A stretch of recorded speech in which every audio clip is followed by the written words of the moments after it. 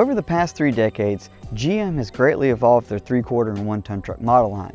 With an available Duramax diesel engine, Allison transmission, and one of the nicest interiors available, this GMC Denali is a pretty nice truck.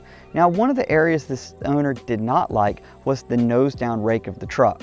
Having previous experience with just doing basic leveling kits and not being satisfied with the ride, he looked to do something a little bit different that was going to improve the ride quality both on-road and off. Now, in order to do that, he knew he would have to get rid of the very archaic torsion bar suspension. So he reached out to BDS and picked up one of their 2 to 3 inch coil-over conversions. Now, we're going to be walking you through this new suspension setup and showing you why going with a coil-over is a significant difference over a basic torsion bar setup.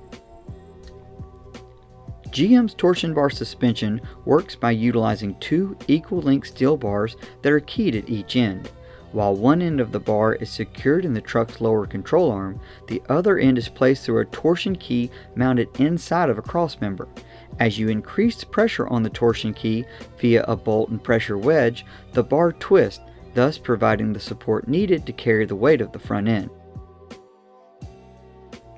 Aside from removing the torsion bars and associated suspension pieces, you'll also be ditching the stock upper and lower control arms. At the heart of the BDS system are Fox 2.5 factory series coilovers. These massive remote reservoir shocks are fit with Fox's dual speed adjustment dampening technology, which allows you to easily adjust the high and low speed compression settings with the twist of a knob. This creates an unprecedented amount of suspension adjustability, light years ahead of the stock suspension configuration. Since the shocks are also teamed with new upper and lower control arms, you'll now get the benefit of 30% more suspension travel. To ensure you don't encounter any drivetrain issues, BDS provides a differential drop kit that lowers the IFS center section by about an inch. While the majority of the suspension is bolt-on, you will need to weld the upper control arm brace, which ties in with the forward portion of the control arm mount with the shock tower. Once it's welded and painted, you can move on to drilling out the holes needed for the upper coilover mount. Your next step will be install the new tubular upper control arms along with the coilover bracket. At this point, you're ready to install the coilover assembly and begin putting the front end back together. While the upper control arms are comprised of 1.5" 120 wall tubing, the new lowers are comprised of a fully boxed steel configuration that are internally gusseted. Fit with premium Moog series ball joints and factory style rubber bushings, the setup is designed for strength and longevity. Also included with the kit was a steering stabilizer and heavy duty skid plate that protects the front and bottom of the IFS assembly. Out back, you have 3 options. You can either go for a lift block, an add-a-leaf, or simply go with the included Fox 2.0 series shocks. This truck owner wanted the truck as close to a level as possible, so he decided to leave the springs as they came from the factory and just swap out the original shocks.